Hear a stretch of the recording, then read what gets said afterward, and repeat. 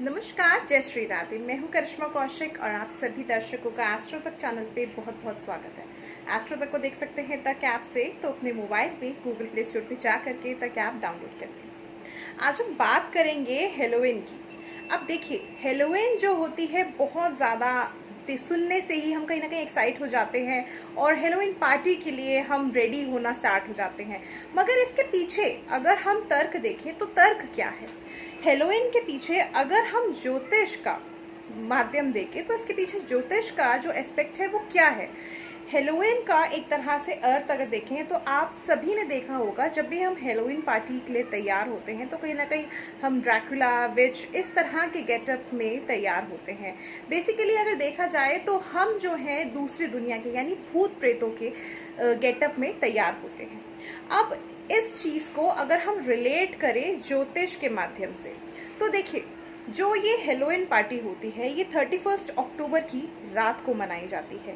रात को 12 बजते ही जब डेट चेंज होती है तो डेट हो जाती है 1 नवंबर की डेट हो जाती है। अब मेनली अगर हम इस चीज़ का इम्पोर्टेंस देख करके चले तो इसके पीछे यानी हेलोवीन के पीछे जो है इम्पोर्टेंस सिर्फ डेट का है। अगर आप डेट नोटिस करें तो 111 हो जाती है यानी 1 नवंबर।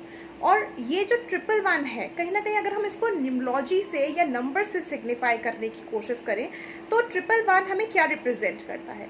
111 जो है एक तरह से दो पिलर्स और उसके बीच में एक जो है वो बैरियर की तरह रिप्रेजेंट करता है। यानी जो 111 है, साइड में दो पिलर्स और एक बैरियर बीच में।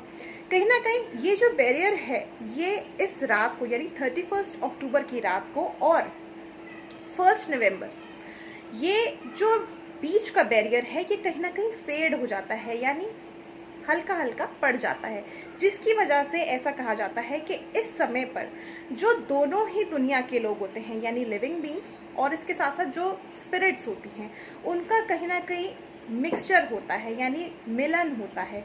इसीलिए ऐसा कहा जाता है कि इस रात में यानी 31 अक्टूबर की रात और साथ ही साथ 1 नवंबर के दिन, ये दो डेट्स ऐसी होती हैं जिस टाइम पे स्पिरिचुअल एक्टिविटी बहुत हाई होती है।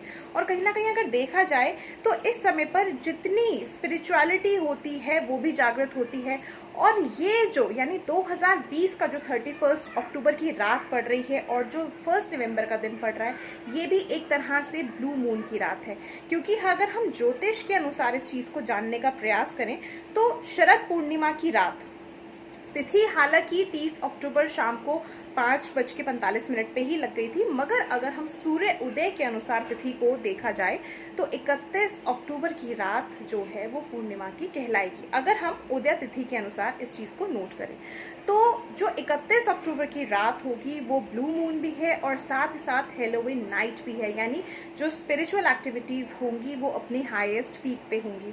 तो कहीं ना कहीं ये एक तरह से समय होता है जिस समय पर दोनों ही दुनिया के लोग एक तरह से एक साइकिल रिप्रेजेंट करते हैं। अब साइकिल कैसे रिप्रेजेंट करते हैं? आपने इस चीज़ को देखा होगा, अगर आपने श्रीमद् भागवत गीता का कोई सार पढ़ा है तो उसमें लाइफ साइकिल आपने देखा होगा कि शरीर जो है केवल अपनी सोल जो है वो कपड़े बदलती है, तो शरीर जो है केवल मरता है मगर आत्मा नहीं मरती है। तो एक तरह से ये जो टाइम पीरियड होता है ये लाइफ साइकिल रिप्रेजेंट करता है यानी मरण और जन्म।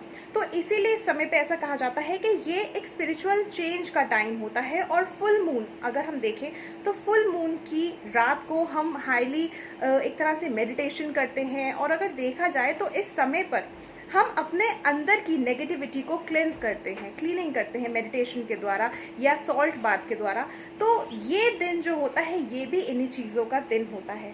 और अगर हम कार्ड्स की बात करें, जो हम टैरो कार्ड्स करते हैं, उसमें भी आपने देखा होगा कार्ड व्हील ऑफ फॉर्च्यून।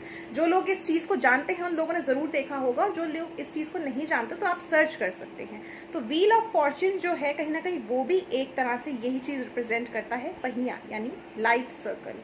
और इसी तरह से अगर हम वेदर चेंजिंग भी देखें तो कहीं ना कहीं वेदर भी इस समय पर एक तरह से अलग मोड़ लेता है। सूर्य जो है धीमा हो जाता है और इसके साथ साथ सूर्य जो है नवंबर में वृश्चिक राशि में भी प्रवेश कर जाता है, जो कि वृश्चिक राशि यानी स्कॉर्पियो एक तरह से ट्रांसफॉर्मेशन का साइन है हर चीज़ को एक नए वे में ट्रांसफॉर्म करना। तो इसीलिए 31 तारीख की रात और 1 तारीख यानी 1 नवंबर को ये जो स्पिरिचुअल एक्टिविटीज़ होती हैं ये बहुत ज़्यादा अपने हाईएस्ट पीक पे होती हैं।